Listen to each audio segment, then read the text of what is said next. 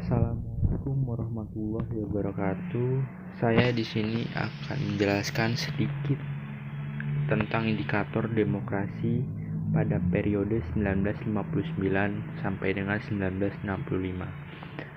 Saya dari kelompok 1 yang beranggotakan Adam Nugroho Karto, Irfan Suprianta, Rifki Fahrezi Putra, Wahyudin, Siti Aisyah Nazwa, Erika Aprilia ingin menjelaskan tentang demokrasi terpemimpin pada periode 1959 sampai dengan 1965. Sebelumnya, di masa parlementer, Indonesia mengalami stagnansi hukum dan dasar negara.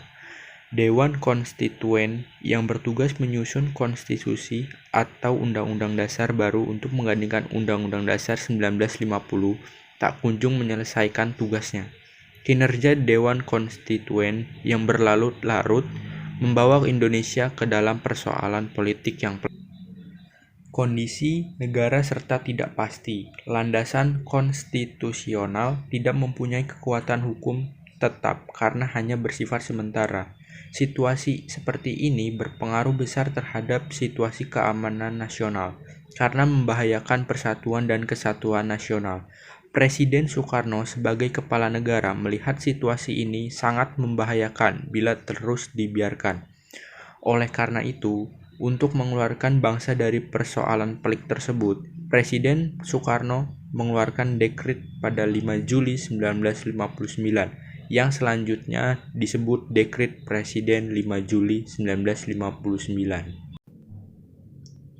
Dalam dekret tersebut, Presiden menyatakan membubarkan Dewan Konstituen dan kembali pada Undang-Undang Dasar Negara Republik Indonesia 1945.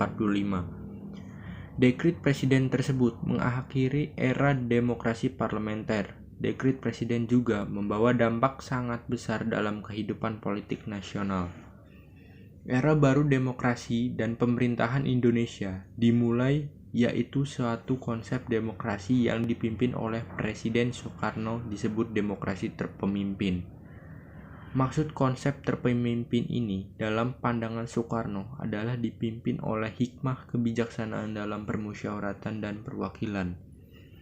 Demokrasi terpemimpin merupakan pembalikan total dari proses politik yang berjalan pada masa demokrasi parlementer. Yang disebut demokrasi pada masa ini ialah perwujudan kehendak presiden dalam rangka menempatkan dirinya sebagai satu-satunya institusi yang paling berkuasa di Indonesia.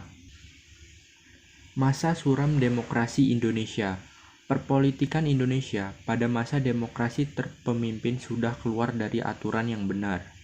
Demokrasi bukan dipimpin oleh hikmah kebijaksanaan, akan tetapi dipimpin oleh institusi kepresidenan yang sangat otoriter yang jauh dari nilai-nilai demokrasi universal.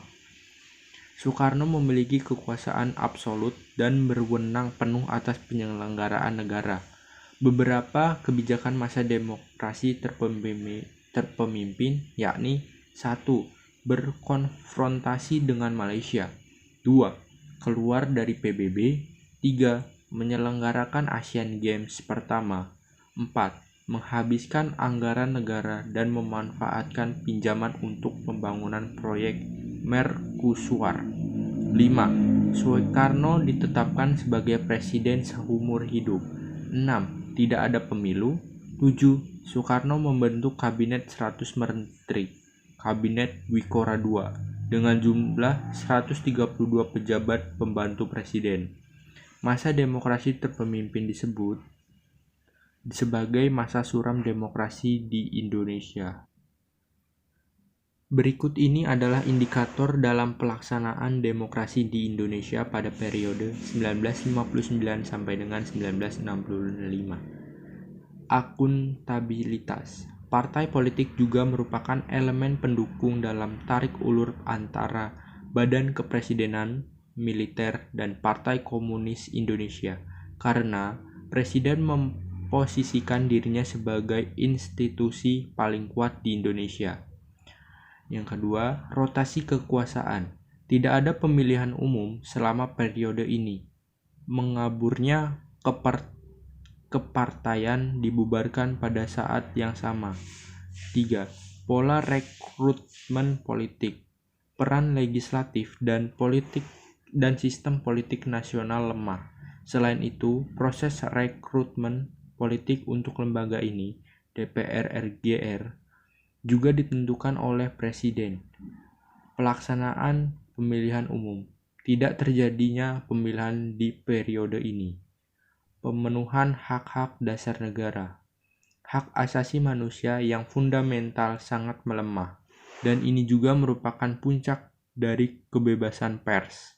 Banyak surat kabar dan majalah yang ditekan oleh pemerintah, seperti Harta Abdi Musyumi dan Pedoman Harian PSI. Mungkin itu saja yang saya dapat jelaskan.